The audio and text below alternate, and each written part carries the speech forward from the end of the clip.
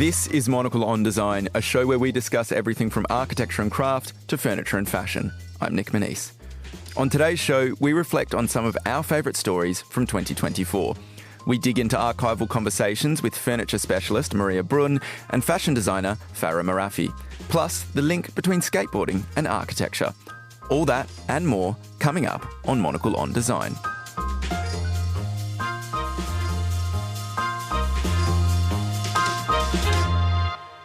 Hello, I'm joined in the studio by Monocle's fashion director Natalie Theodosi and Monocle's associate editor Grace Charlton. Maylee Evans, our super producer, is behind the studio glass. Grace, Natalie, how are you feeling? Natalie mentioned it before we went on air, but it's been ramping up and we're ready to relax. I couldn't agree more, but I think it's great to look back and to just realize how much we've done and all these amazing conversations that we've had. So it's a good time of year. It truly is my favourite way to unwind, just to think back about all the amazing things I've done, look at my trophies from childhood, just really give myself a big pat on the back. And that's what this show's meant to be, just like a nice warm pat on the back, attaboy, for me, and I guess for you guys as well. That's, I think, the aim of it. But what we've done, the way we've structured this show is that we're going to have you introduce your favourite pieces from Monocle on Design over the course of the year. Grace, we'll start with you. Maria Bruun, tell us about her. Why did this conversation stick with you?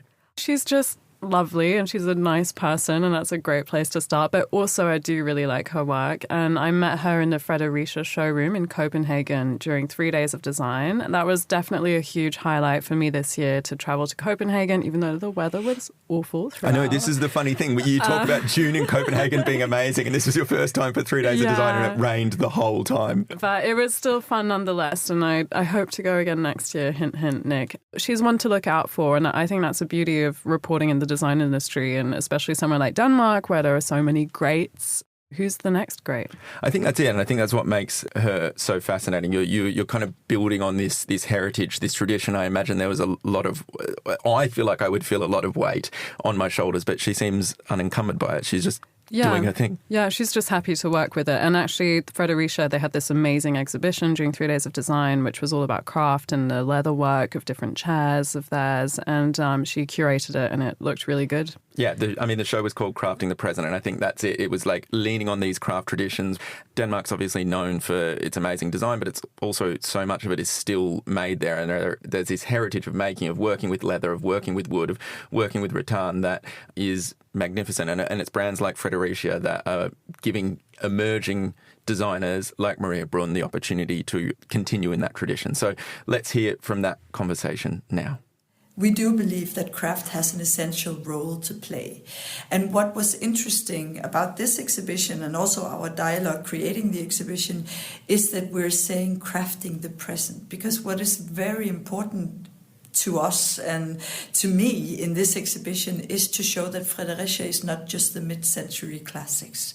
So we're not just taking a heritage and putting that on a pedestal, saying that these are the icons to strive for. We are actually saying that new icons are being made side by side with these old icons, because it's a push-pull where the new generation helps make the modern classics, help them have actuality in the time that we have now. So they kind of pull value from each other, and we pull these old classics into the future and make them relevant to audience still today, or to consumers still today. And I think that's also a huge balance that Fredericia is really, they're trying to figure out how craft in 2024 or even in 2050, how does modern craft look, and how do we learn from the history without having it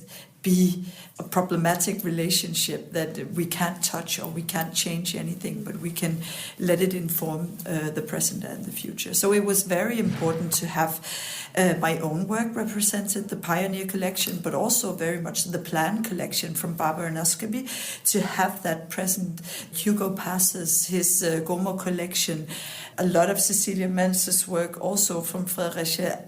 Our new works, Jasper Morrison's new sofa, are all reinterpretations of what constitutes Fredericia, or did constitute Fredericia back in the day, but they are also very respectful in pulling Fredericia into the present and into the future. Across the 3 days of design, Yeah. there'll be a focus on one different chair.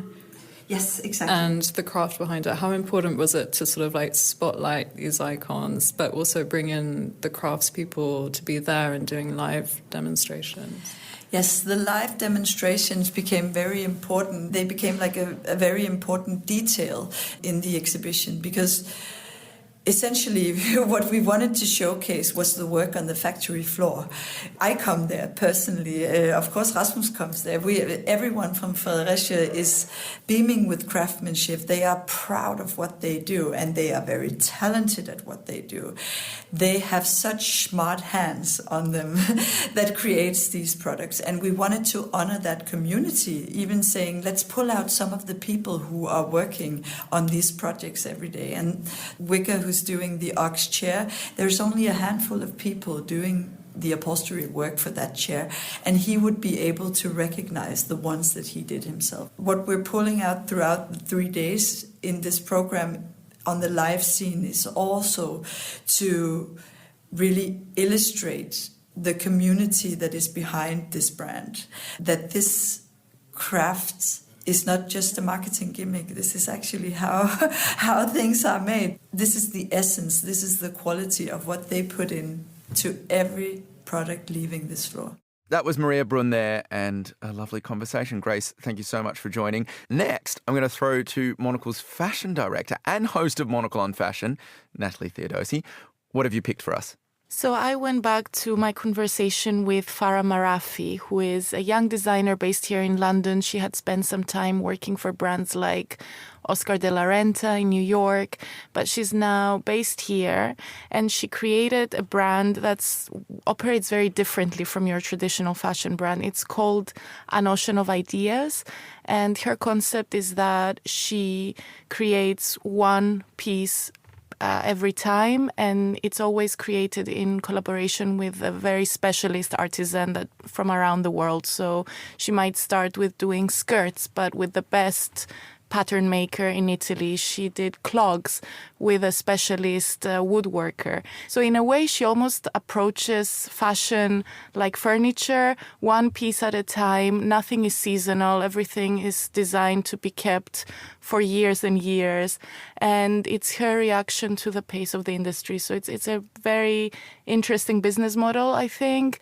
And there's so much talk about changing the pace of the industry, operating more sustainably, but she's actually doing it. So a great conversation, a great example to watch. Brilliant. Well, let's hear Farah putting some words into action.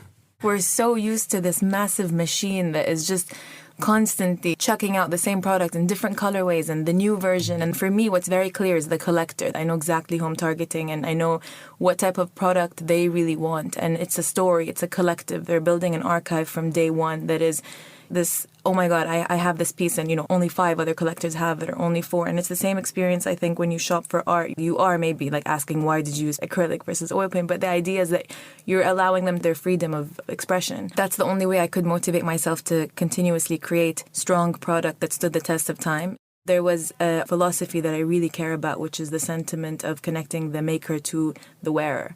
And that is very important for me when you really speak about what does luxury mean and the definition of the ultimate product that is a luxury, well-made product. There was time that was involved. There was research, development, iterations, and it's not this fast-paced, we made it in red and it was very successful, let's try burgundy now. It's like, let's focus on something else. And as a brand and our DNA, let's show our collectors the same collector that's coming back to say, what has AOI done now? This is our take on sculptures. So for example, with sculptures that are launching end of this year, I worked with some glass blowers in Murano in Venice, and there was a whole experience. We worked with one of the best glass blowers there, creating a cabinet of curiosities for our collectors that want to store their jewelry in it. I love that you're addressing collectors versus customers and just surprising them every time with different beautiful artisanal objects that are different.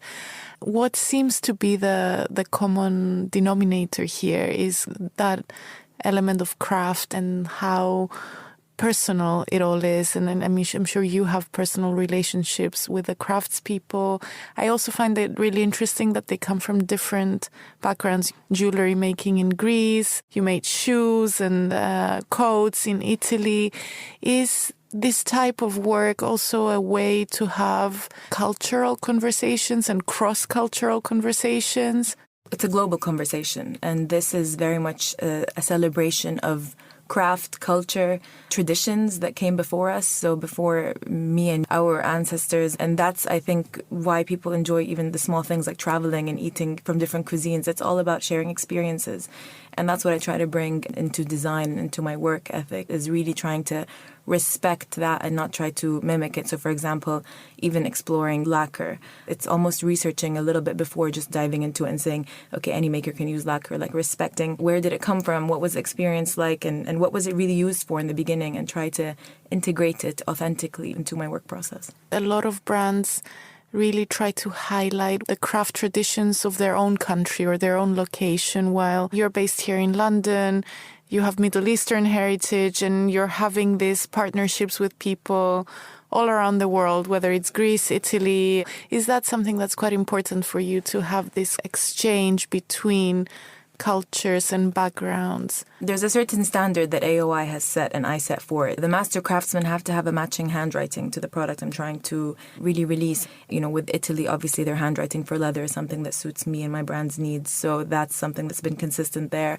But even within a beautiful country like Italy, there's so many different types of makers. It's almost like, again, respecting the process. And I say that really heavily because it's visiting even the maker's archive. What has he been able to do? What type of products was he invested in? And usually what ends up happening is the makers that I don't end up gelling with or meshing with are ones that are time focused, that are like, okay, we have 20 days to get this done. We're slotting you into this massive production machine, because it's not how I operate my business, and it's almost just not going to work between us, because there's always going to be corrections, iterations. When you're trying to, for example, create a coat, but half of it is knit and the other half is leather, you're already leaving so much up for imagination for it to work. It's not this traditional thing. You have to make sure that the knit is actually heavy enough, for example, to be held by the leather being whipped through it.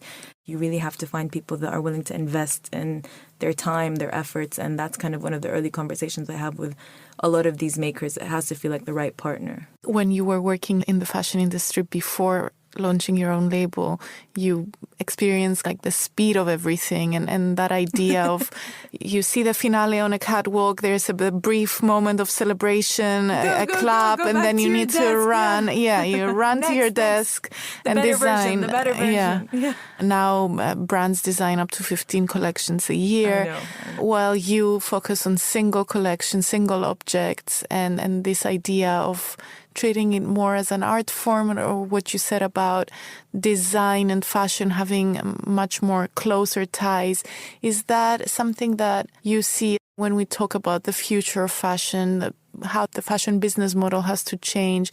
Is that what needs to come further at the top of the agenda, in a way, that we slow things down and treat fashion design as an art form? We're actually, sadly, probably the most neglected industry within the design world. I think people expect so much from us and underestimate how hard it is to make a wearable product with the right materials and have to go through all the testings of just the product aging gracefully. There's extra pressure that was put on like throughout the years, and I think just now it's at a point where it's probably just going to explode. And I'm probably trying to, I would say, not change the fashion system that's currently there, because obviously, you know, it's successful to many, but when I integrate my passion into what I'm trying to achieve and how the conversation I'm trying to share, the future is collectible design. I think that's where I'm situated and focused on. That was Farah Marafie.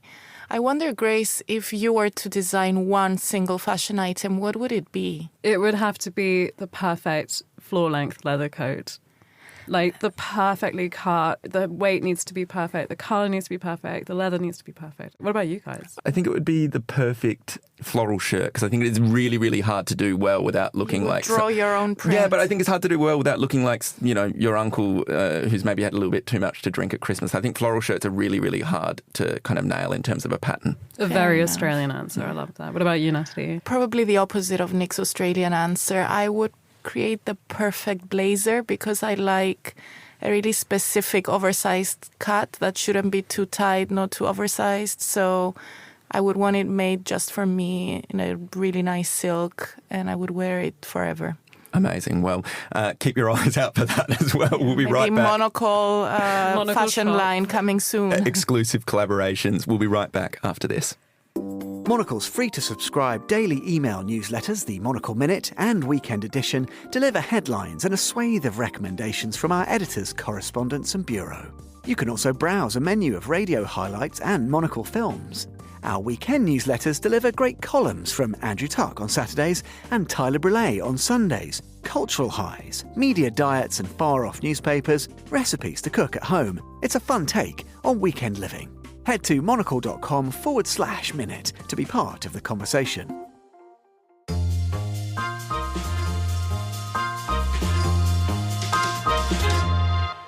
Welcome back to Monocle on Design. We're doing a big old retrospective of 2024. And Nick Moniz, it's your turn. Finally, what is your highlight? Let's make it about me. You know, I sort of mentioned at the start of the show how I like looking back at previous accomplishments. And I think maybe I've gone back to being a 14-year-old boy again, playing PlayStation and then going skateboarding on the curbs outside my house, because we're diving back into a conversation with Iain Borden, who is a professor of architecture and urban culture at the Bartlett School of Architecture in London. He's a specialist on, I guess, the link between architecture and skateboarding. And what I find so fascinating about this is the way that skaters engage with architecture is like nothing else. We're all sitting on chairs now. It's a very static activity. Skating is a dynamic movement across a piece of design, across a piece of architecture. I think that's what I've always found kind of fascinating about it, because it activates a building or a ledge or a bench in a way that you wouldn't if you were just going to sit down on it. That's some of the thread that I tried to unpack with Iain Borden, who we're going to hear from now. What a lot of people, when they think of skateboarding today, it's that street skateboarding. And that has a whole separate relationship to the city. In street skateboarding, you basically looking at something which is not designed for skateboarding and thinking, how do I skate it? A ledge, a bench, a planter, a rail, a set of steps. And the skateboarder reimagines that, rides up onto it and changes its use. The handrail is no longer a thing for safety. It's a thing for excitement and risk and danger and explosion of energy. To me, that's an absolutely fundamental shift in the way that architecture and cities are produced. The function and use of something is not being determined by the designer, is being produced by the person experiencing and using the architecture and doing it in the way that they want to do it. I want to ask as well how the designers, the architects, have reacted to this over the course of history. I mean, my understanding is perhaps the first reactions were like, we need to kick these people out. Maybe you still see a little bit of that, but has it also been embraced in a way? Skateboarding first starts in the late 1950s, early 1960s in Australia, in California, in surf kind of environments. Even then, straight away, you've got people saying, ban these kids, get them off the pavements, kick them out. For 50, 60 years, that still continues, and you get skate stoppers. Architects, designers, urban designers tend to have a much more relaxed and open and creative view on it. Maybe it's just the people I hang around with, but most of the architects I took to love this idea. They've produced this wonderful urban plaza, they've produced this fantastic building. Somebody's coming along and using it in an even more innovative way. I'm characterising and generalising. But I think the creative mind often likes the idea of something more creative being done with their output. Where you get conservatism in the urban environment is often from property developers, urban managers, people responsible for health, safety and monetary value. And they worry about skateboarders creating disorder, maybe reducing the value of their property, in some way challenging the status quo. So if there's a conservatism, it tends to come from those groups rather than the creative. It's quite fascinating because it reminds me there's an artwork where I'm from in Perth, Western Australia, that was quite heavily skated by, I think, a Japanese designer called Akio Makigawa. And he basically created these beautiful marble sculptural forms that got co-opted by the skaters. It became something that people would ollie over, grind along. And the State Library wanted to stop them, but Makigawa's family were actually like, no, this is what he would have wanted. This is the activity that this artwork was meant to bring to the space. Perhaps it wasn't planned for, but it's ultimately what has brought activity and life. Design and ownership of a building's a complex thing. It's not just determined by an architect. The example you give in Perth is really fascinating. And actually, the tension between design and the use of a design is really interesting in skateboarding. So on one level, skate parks are wonderful things. So we've had loads of skate parks built again since sort of 2000. There are skate parks all over the place now. And on one level, skateboarders love it because they're great places to skate. But the problem with them is that they've been deliberately provided for skateboarding. And one of the whole kind of tropes within skateboarding is that one of the challenges of it is to use something in a way that it wasn't intended to be used, particularly in street skateboarding. Skate parks are great, but they slightly go against the grain of some skaters' attitudes in street skateboarding. Another thing that's happened recently is we've had the Olympics. So skateboarding was in the 2020 Tokyo Olympics. As a result of that, lots of borough councils and authorities and people were like, fantastic, let's build a skate park. You know, our local kids will win a gold medal. You know, all we've got to do is build a skate park. So that's great. So lots of skate parks get built. But as a result of that, there's a suggestion, well, we've built the skate park. So actually the kids really don't need to still skate on the streets. So the skate park sometimes goes not always, but sometimes goes hand in hand with the banning and proscription of skateboarding in public spaces. That was Iain Borden there, and we're going to wrap this show with Maylee Evans as a highlight. What have you got for us? So I'm revisiting a conversation I had with the designer Andu Masebo and Ollie Olanipakan. I've revisited this because it's a really playful exhibition. It was called Dwellings, and it was a group exhibition asking a number of designers who work in all manner of material to come up with a birdhouse, which sounds quite simple and affair, but it wasn't asking for something that was necessarily something you'd find in a hardware store today. It was asking, what bird are you fashioning a house for? What could the possibilities be? And so the final showcase was really varied. It showed very experimental, almost metal, organic shapes to something a little bit more familiar, fashioned from wood, that looked a lot more maybe like the forms we'd expect, showing the breadth of what design can be and how both have a place in the industry. It's great to have works that we could imagine on the shelves tomorrow, but I think it's important to consider what we could be moving towards, and maybe we don't have the technology available today, but in a couple of years' time, there'll be designers of the future looking at these works and going, yeah, there's something in this. Let me sort of bridge and work with what someone's come up with before. So I thought that was a really beautiful example of that. So we're joining the conversation in Regent's Park, which is quite close by to Midori House. Since the exhibition was all about birdhouses, I thought the great outdoors would be a more fitting location. So you might hear some birds chirping in the background. My name is Ollie Olanipakan. I'm a creative director based in London. I'm co-founder of the birdwatching collective Flock Together and also the founder of the new platform Open Area, where we use art and creativity to reconnect people with nature. We had all of these friends that we knew we wanted to have in a room on a common theme, and we felt that the birdhouse was a really nice connector because it both brings a common context to all of the artists, but it also taps into so much of what Flock are talking about. My name's Andu Masebo. I'm a product design and furniture maker, and I also am part of a collective design studio called Computer Room. It gives different entry points of quite simple, functional birdhouses to really deep conceptual dissections of what it means to build a house for a bird and why we've got to a point where we need to build houses for birds. It was really important that this was delivered as a group show because there's so many different access points for people into nature. All of the people that attend Flock Together, they all have different perspectives and different interests. What I'm about now as a creative is really exploring these different access points, because when you see nature through someone else's lens is an opportunity to give you confidence to be like, you know what, I am a nature guy. Because for so long we've boxed nature into this small space where you have to know this, you have to wear that, you have to go to these types of places. So yeah, the group show approach was really important to me, and Andu's executed that incredibly well. There's such a vast range of approaches. Jesse Butterfield's work, where he's made kind of a metropolis of birdhouses that relate to a specific bird that co-nests, one of the only birds that lives in tandem with other birds. Someone like Benedict Brinks, who has done a really poetic, meaningful photo series that relate to quite a human connection to the idea of fleeting ideas of home. There's a kind of whole range of material, aesthetic sensibilities. There's this kind of like range between conceptual, functional, different material sensibilities, different ideological positions. I hope that people enter the space and are challenged by the concept of what a birdhouse can be, and that they have to actually spend a lot of time with each of these objects to make sense of how they relate to each other.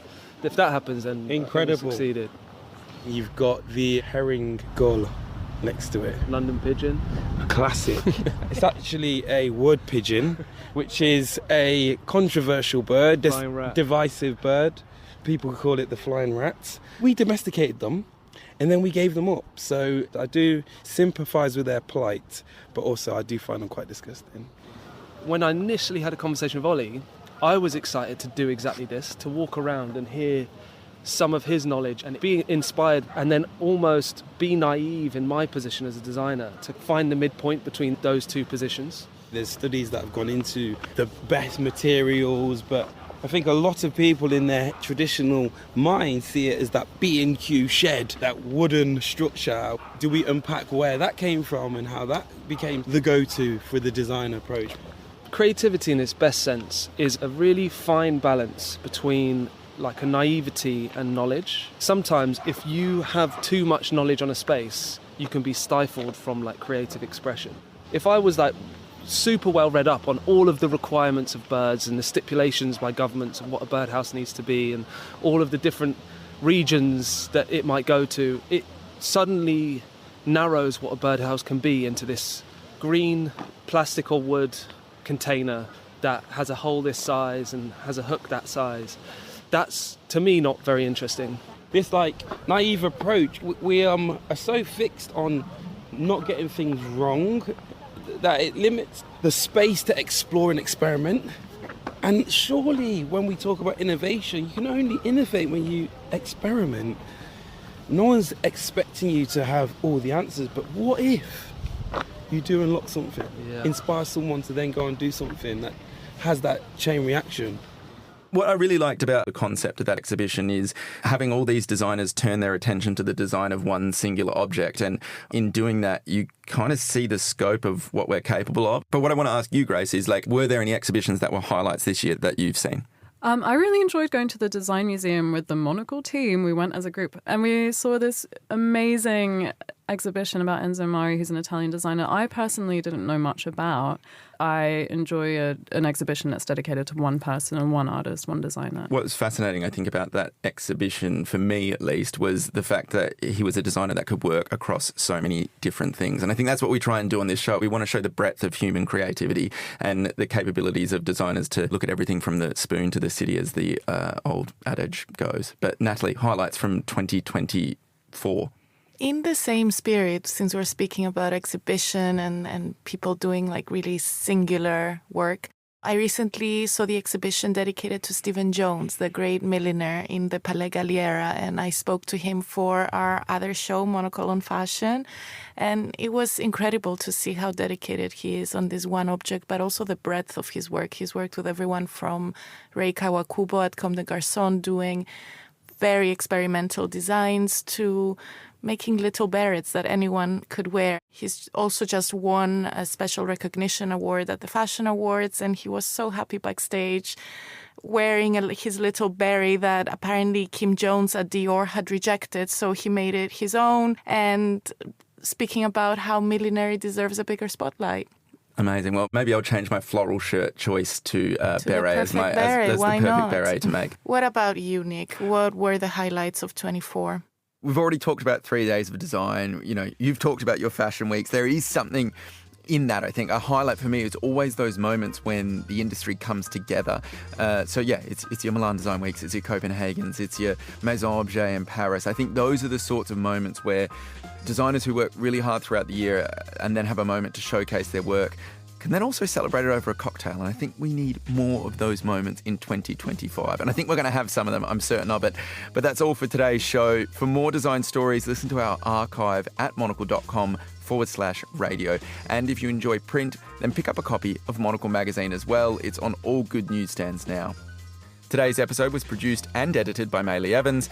I'm Nick Manise, and you can reach me on nm@monocle.com. Thanks for listening.